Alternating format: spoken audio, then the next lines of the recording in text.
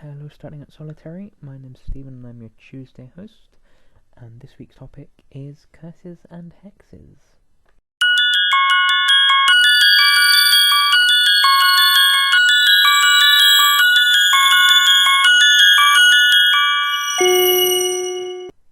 So obviously with topics like this, there is some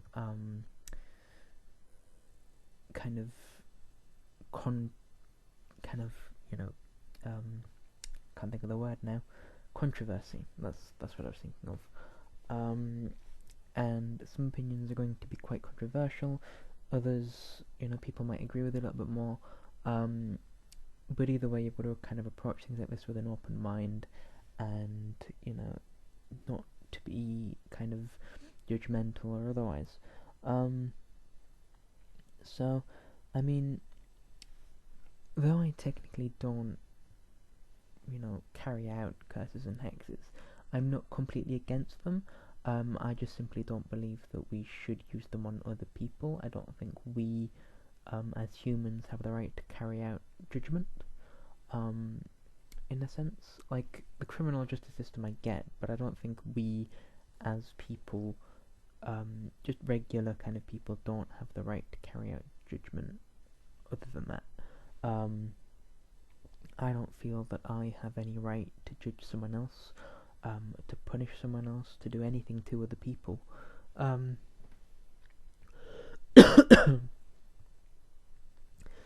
I think there's an important thing there of it depends on kind of your beliefs.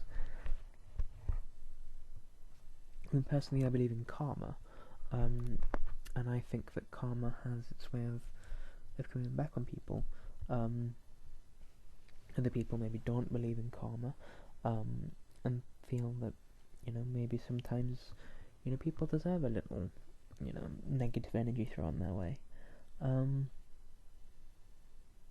I can stipulate to that. I can, I mean, you've got to work out how you feel about it. I mean, I've sent negative energy to a person before, not completely on purpose, but it happened. And I mean, I don't feel guilty about that. I don't feel like, because it takes a lot for someone to cause me to feel that way about them.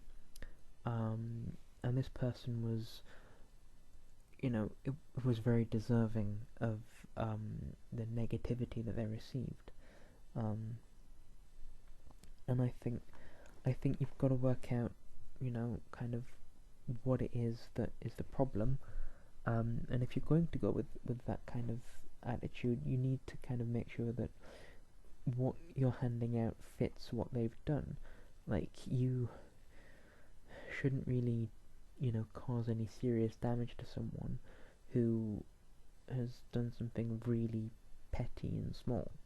On the other hand, someone who's done something massive isn't going to notice, something really tiny. I mean, if you don't follow that kind of system of justice and you're just being nasty, then that's a bit of a difference. And I mean, there's a good quote that comes in there of humans are the only creatures that can be evil because we're the only ones that have the choice. Well, it's more of a theory than a quote, but that's the idea. Yeah, humans can only be evil. The only animals that can be evil because we have the choice between doing what's good and what is bad, and we are the only ones who can choose to do evil things. And it's quite kind of interesting that that's the case. Everything else kind of does things by necessity. I mean, animals kill for food. We have humans who kill for sport. We have humans who kill each other because they, it's just interesting that we can actually choose to do something that will directly affect someone else in a negative way, and people do. And I mean, there are those of us who have good intentions but may do something that might affect someone negatively. even with the best of intentions, you can't be sure that what you do is good for someone. But I find that I can sleep, soundly at night if I know that I've led the day with good intentions, even if it hasn't turned out so well. So that's the thought I leave you with, because, they say the path to hell is paved with good intentions, but I find that hard to believe.